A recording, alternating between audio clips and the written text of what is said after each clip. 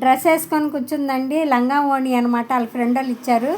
ఈ లోపల మా అక్క మా బావ వచ్చారండి. వాళ్ళు కూడా అనుకోకుండా వచ్చారనమాట.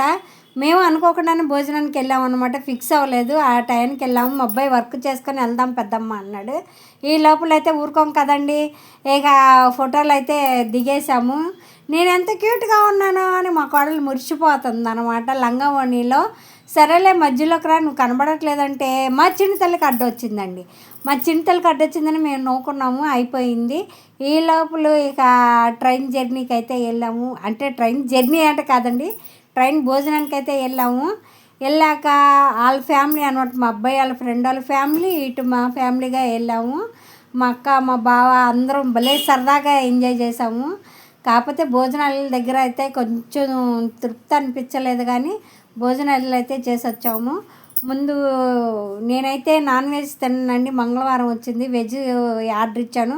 మా అక్కలకేమో మటన్ ఇచ్చారు. తినేవాళ్ళేమో ఫిష్ ఇచ్చుకున్నారు.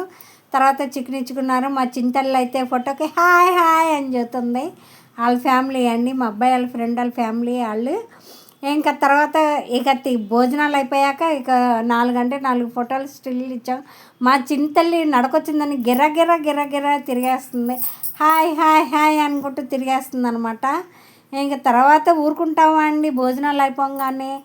ఈ లోపల ఇంక అందరం ఎగ్జిబిషన్కి వెళ్దాం అని చెప్పి దగ్గరలో ఉందని ఎగ్జిబిషన్కి అయితే వచ్చేసామండి. ఎగ్జిబిషన్కి వచ్చేప్పుడు చీకటి అయిపోయింది. పాపం ఆమె ఓపికలాగా కూర్చుంది. ఇంక ఫ్రెండ్ వాళ్ళ అమ్మ. ఇంక మేమైతే మా అక్క మా బావ రాను, నా ఓపిక లేదని వాళ్ళు వెళ్ళిపోయారండి. మా దీప్తి పాపం పిల్లోడిని ఎత్తుకోలేక సతాయిచ్చి అటు ఇటు గిరగిరా తిరుగుతుందండి. ఇక మా చింతల్ని అయితే మా అబ్బాయి ఎత్తుకున్నాడు.